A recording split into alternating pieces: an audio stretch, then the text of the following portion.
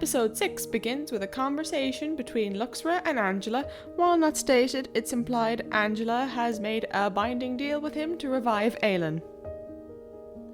We then see Adeleram having some form of memorial for Aelin in the same spot we saw them meet in episode 1, where he reminisces on how they first met. When this segment ends, it's revealed that Aelin is miraculously alive and well. After a heartwarming reunion, Aelin and Adeleram agree they need to leave that night. It is then revealed that Brooke has been eavesdropping and recorded their conversation with the magic camera.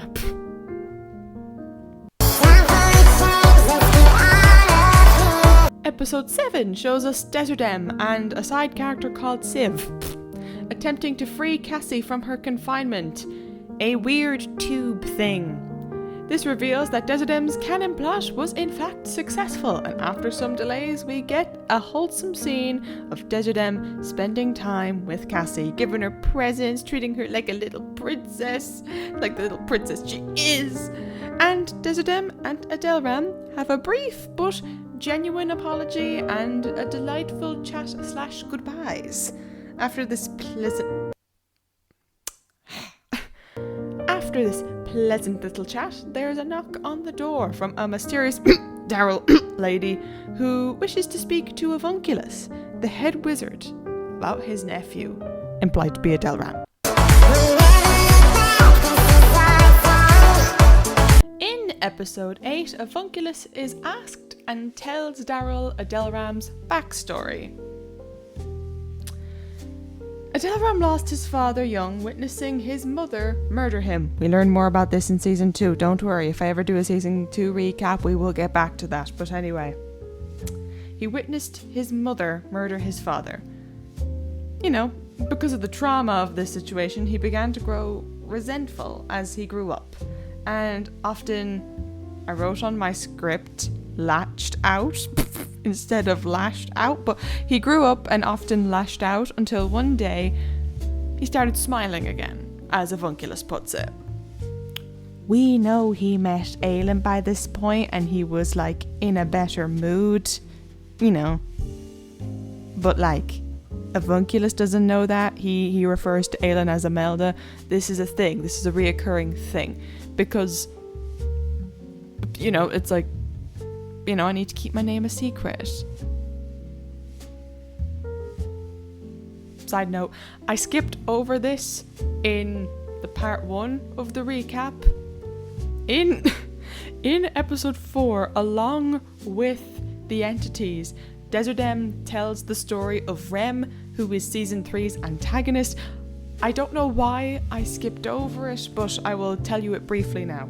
Rem was the first entity that was made to kill witches, and he was pretty good at his job, and then he started to, you know, live out a bit of a human life along the lines and got married to someone who Aelin she tricked Rem into killing said person he was marrying. So the wizards essentially locked Rem up because bro, you can't tell the difference between a witch and a human. You are not safe to have out in the public. And then that's why they were making the other entities that Deserdem considered his children. I don't know why I skipped over that, but here we are. I am saying it now. Aelin is a little bit of a bit. Daryl then reveals her and Aelin's identities, and the conversation gets heated, ending with Daryl making a remark about her mother, implying a history between her mother and Avunculus. And if you want to go see that, you can go watch the little shorts I did called Aurora and Avunculus. They're very cute. They're like one of the most wholesome couples in all of Blinded Lore. I really recommend it. I worked hard on it. The episode ends with Avunculus inviting Adeleram to talk, and Daryl talking to Brooke, who is holding a magic orb thing. Aelin arrives with the disassociation forms all filled out, and the episode ends. Episode 9 starts off strong with Angela hearing Aelin's pained cries and barging in to find the unborn fetus trapped in said orb from the last episode, and Aelin nowhere to be seen. After some harsh words, harsh coming from Angela. Angela doesn't even really curse, let alone like insult people. She was just like, oh my god, you're sick, which, I mean, yeah, obviously, like Daryl and Brooke, you sick people, why would you do that? Come on, they were gonna leave. They were leaving. But anyway, she hurries to the nearby balcony to find Aelin. Aelin is there, broom in hand, and bleeding from the left to the imagination debacle. Angela confesses her feelings for Aelin. Aelin bids her farewell and tells Angela where she's heading so that Angela can tell Adelram. Once she leaves, however, Luxra essentially abducts Angela through blackmail, masking it as a wedding as part of their deal, not even giving Angela the chance to help Adelram find Aelin. You know, a bit of a not pog move, bro. After some not so fun implications of their soon-to-be wedding night, Luxra manifests some shears of some description, you know, demon magic. We skip over that, and it cuts to the you know what happens.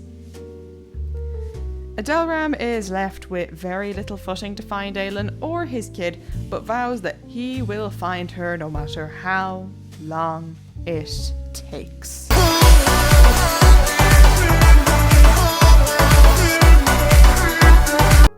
By episode 10, we know it took him 20 years.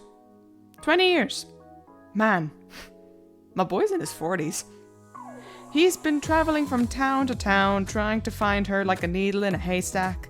After arriving at his latest stop, Pearl City, it's spelt Peril City, I'm so funny. He hears and witnesses a large explosion and is met by a somehow still alive 20-year-old witch who excuses herself after face planting on the concrete in front of him, revealing she herself has the darkness genetic too after a brief spur of agitation. The witch refers to herself as Ash, and Adelram is left to believe that this is he and Aelin's long-lost daughter. Jazza.